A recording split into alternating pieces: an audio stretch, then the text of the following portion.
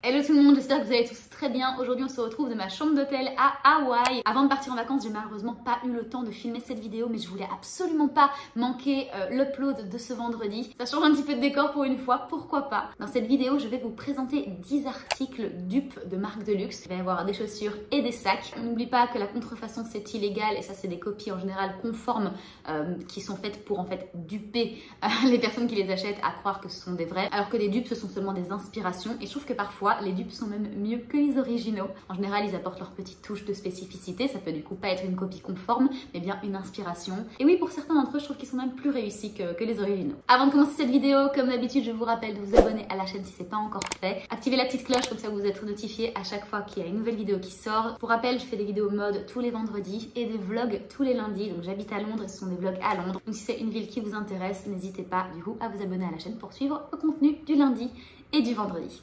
Alors en premier lieu, je vais vous parler d'un article que j'ai personnellement, ce sont les sandales Hermès Oran. Et j'ai vu pas mal de gens porter à Londres un dupe qui vient de la marque Dune. Donc ça s'écrit comme le mot Dune. Et c'est une marque qui fait énormément de dupes, que ce soit de Chanel ou de Hermès et plein d'autres marques. Et d'une qualité assez impressionnante. Donc voilà leur dupe des sandales Hermès Oran. Elles sont également en cuir, elles ont l'air d'extrêmement bonne qualité également. Et en fait ici le petit twist c'est qu'il n'y a pas la barre du H. Et donc en fait c'est juste collé. Et je trouve franchement que ça fait pratiquement le même effet que les Hermès Oran, donc c'est un excellent dupe. Le rapport qualité-prix est très intéressant. Je pense également ce qui fait que ça vaut son prix, c'est bien sûr non seulement la grande différence de prix par rapport aux Hermès Oran et sa ressemblance au produit, mais également que les Hermès Oran, et ça je voudrais parler de mon expérience par rapport à ça, elles sont pas portables avant de passer chez le cordonnier. Il faut absolument aller chez le cordonnier, mettre une semelle. Par exemple, moi je voulais les faire à mon pied et j'ai commencé à les porter à l'intérieur et rien qu'à l'intérieur, la semelle a commencé à s'user de manière conséquente. Donc j'ai dû directement arrêter de les mettre. Encore une fois, payer pour les semelles alors que le produit est déjà assez cher en lui-même. Donc ça m'a un petit peu embêtée honnêtement. Je trouve quand même que c'est la moindre des choses de la part d'Hermès qui nous donne des chaussures prêtes à l'emploi et pas qu'il faille passer chez le cordonnier et redépenser encore de l'argent pour les rendre utilisables tout simplement. Donc je trouve qu'effectivement les dupes de chez Dune, ils sont vraiment super top.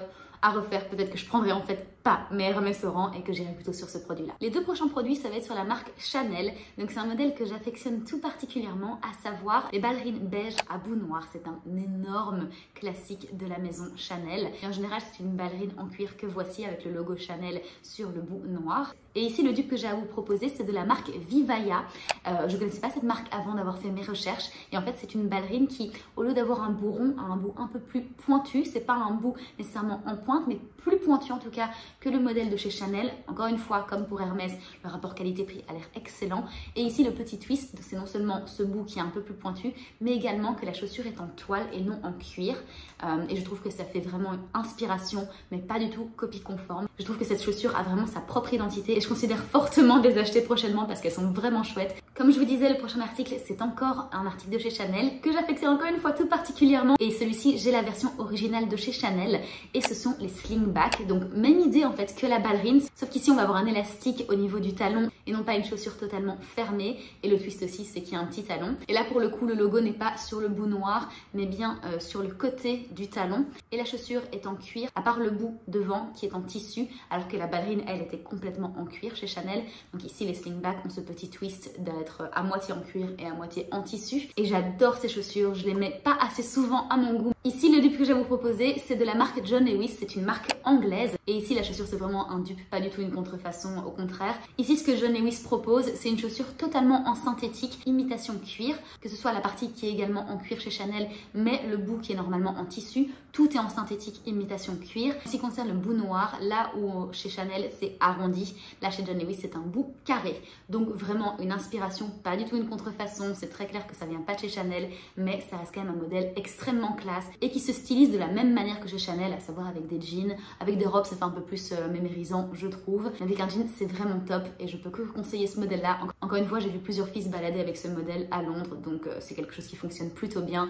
Le prochain produit que j'ai à vous proposer c'est un dupe de chez Prada, à savoir les Chunky Loafers. En fait, c'est les mocassins avec les semelles extrêmement épaisses de chez Prada, dont j'ai entendu pas nécessairement du bien. Il paraît que ça fait mal aux pieds et il paraît qu'ils sont assez lourds. Je pense que c'est dû au fait que les matières sont vraiment pleines, que la semelle est pleine de caoutchouc. C'est pas mon style malheureusement, même si je les trouve très jolies, je trouve pas que ça aille avec mon style, mais j'apprécie vraiment de voir des looks sur Instagram avec des gens qui les stylisent. J'aime beaucoup voir ces photos-là, je trouve que ça va très bien à d'autres personnes avec un autre style que le mien. Si jamais c'est un modèle que vous aimez et vous voulez pas mettre le prix exorbitant pour lequel ils demandent ces mocassins, vous pouvez prendre le dupe de chez Naked. Naked, c'est une marque qui est de fast fashion, qui fait un peu plus cheap, bien évidemment. Ce sera pas du cuir et ce sera probablement plus léger parce qu'ils vont pas y mettre beaucoup de matériel. Donc au niveau de la lourdeur, ce sera beaucoup moindre et au niveau du prix, ça fait un peu plus plaisir au portefeuille. Mais je trouve déjà que le modèle de chez Prada lui-même, c'est parce que c'est Prada qu'on trouve que ça fait pas cheap et parce que c'est avec des matériaux un peu plus nobles. Personnellement, je trouve que c'est tellement lourd que c'est limite un peu grossier. Donc c'est pour ça que c'est pas trop mon style. Celui de chez Naked fait le taf pour une saison probablement, mais plus que ça, de toute façon, je pense que la chaussure sera passée de mode, mais ça n'est que mon avis personnel. Le 5e article, et ça, encore une fois, je pense que c'est la 3e fois que je dis ça, mais c'est une marque qui me tient vraiment à cœur et il s'agit des dupes que Kurt Geiger propose.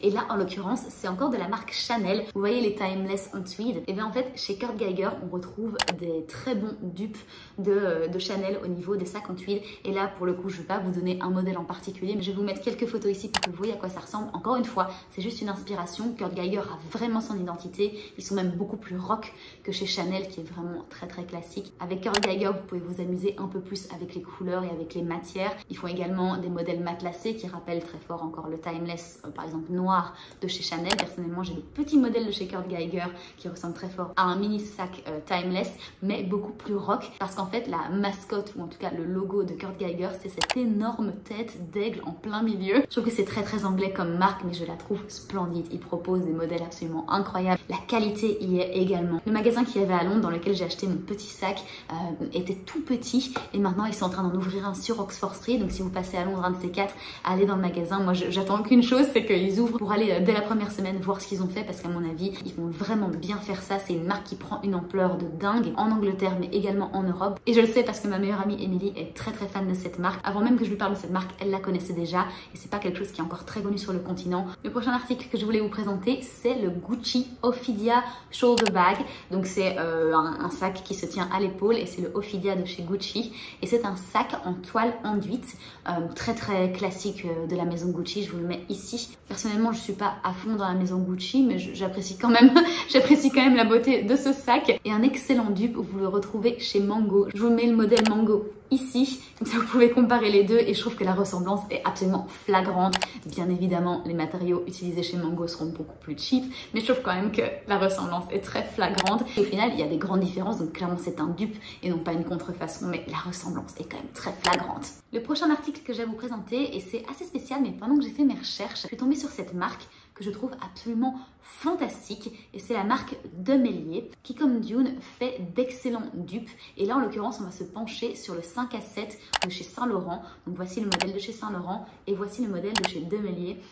Je pense que ça se prononce Demelier ou Demelier, je sais pas encore. Je pense que cette marque a aussi le vent en poupe, comme on dit, parce que vraiment, ils proposent des sacs qui ont l'air incroyables. Le prix est pas donné, mais par rapport au Saint-Laurent, bien évidemment, ça reste une fraction du prix.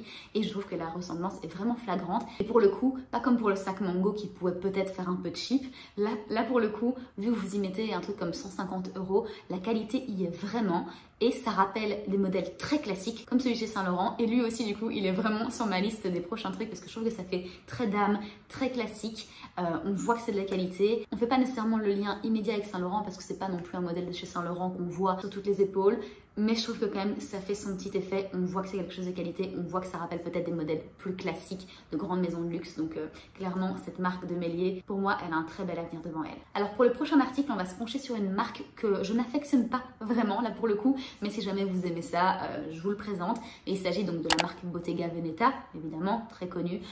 Personnellement, je trouve qu'ils font des modèles qui sont un peu trop hit bag. C'est vraiment des produits d'une saison. Et la saison d'après, c'était déjà obsolète. Donc personnellement, j'investirais jamais dans un sac sac Bottega. Mais si jamais un jour j'aime un produit, j'irai voir les dupes de chez Charles & Keith. Et je vous mets ici le fameux pouch bag de chez Bottega Veneta et celui de chez Charles & Keith juste ici. La ressemblance, encore une fois, est vraiment flagrante. Et voilà, donc si jamais un jour j'aime ou vous aimez un modèle de chez Bottega, vous n'avez pas du tout envie d'y mettre le prix parce que vous savez que ça durera qu'une saison, allez voir chez Charles & Keith et il y a de grandes chances que vous trouviez votre bonheur. Le prochain article, c'est un dont je suis le plus fière d'avoir trouvé dans mes recherches de dupes et c'est le dupe de la marque Jacquemus du Bambino, du fameux Bambino que voici.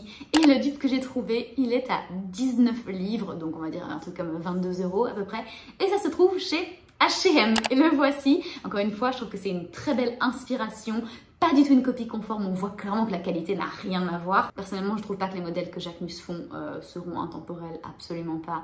Donc si jamais vous n'avez pas envie de mettre les 700 € pour un Bambino, vous pouvez toujours aller voir chez H&M pour 22 €. Et le tout dernier article, c'est un de chez Prada. Et en fait, il n'y a pas vraiment de nom à ce sac, c'est le Large Shoulder Bag, une espèce de cabas en cuir de chez Prada qui coûte 4000 €. Donc c'est une somme assez conséquente et j'ai un excellent dupe pour vous qui je trouve est tout aussi magnifique, si pas plus que le modèle de chez Prada. Et c'est encore une fois de la marque Charles & Keith. Voici le modèle Prada et voici le modèle Charles & Keith. À choisir, je pense que je vais sur celui qui coûte 85 livres plutôt que celui qui en coûte 3600.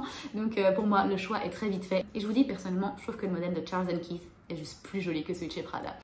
Et voilà les amis, c'est déjà la fin de cette vidéo. En tout cas, je suis trop contente d'avoir fait ces recherches parce que j'ai appris plein de trucs. Je trouve que récemment, j'ai plus du tout un intérêt pour les marques de luxe, alors que c'était le cas peut-être il y a encore un an ou deux. J'ai 2-3 articles du style les Hermès Oran, les Chanel Slingback, j'ai un sac Chloé. Et pour être honnête, à chaque fois que j'ai des trucs de luxe, j'ai été relativement déçue. Donc je pense que dans le futur, je m'inspirerai du coup des modèles de luxe parce que certains sont vraiment très timeless, comme par exemple celui dont on vient de parler de chez Prada, que je trouve très chouette. À mon avis, il y a plein de trucs qui peuvent aller dedans, mais j'irai sur le dupe très clairement quoi. Et grâce aux recherches de cette vidéo, j'ai clairement ajouté plein de trucs sur ma liste de prochains achats. J'ai vraiment très hâte de les acheter pour pouvoir vous faire des reviews et vous dire si ça en vaut effectivement la peine.